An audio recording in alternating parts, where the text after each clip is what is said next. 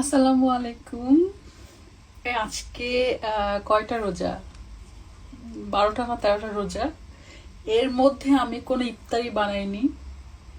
মানে ইফতারি বলতে আমরা যেটা বুঝি পেঁয়াজু, আলুর চপ, চানা, এটা সেটা। চানা বানিয়েছিলাম একদিন, অন্য কিছু বানানো হয়নি।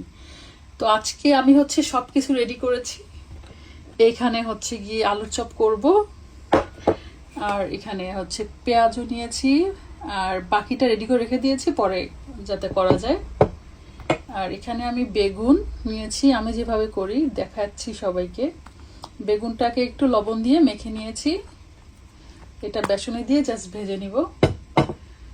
আর এইটা গিয়ে আমাদের আজকে খাওয়ার জন্য আলু ভর্তা, ডিম ভর্তা, আর একটু চিলি চাটনি।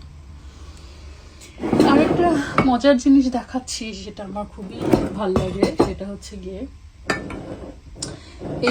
এই চানাটার মধ্যে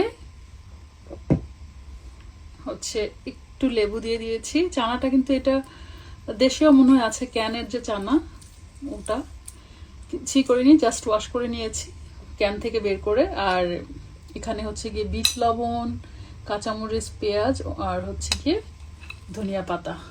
জাস্ট এটা দিয়েই মিক্স করব। ইফতার টাইম আর 40 মিনিট আছে। আর আমি আরেকটা জিনিস করেছি, সেটা গিয়ে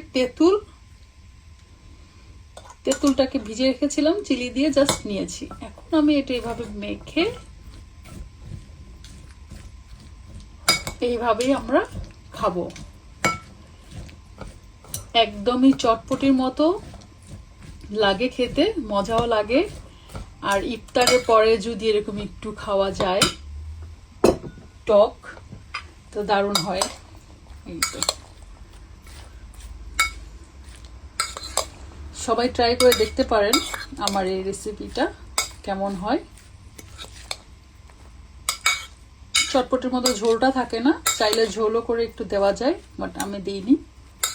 অসম্ভব মজা। বিট লবণটা কিন্তু থাকতেই হবে, নয়তো এই মজাটা আসবে না।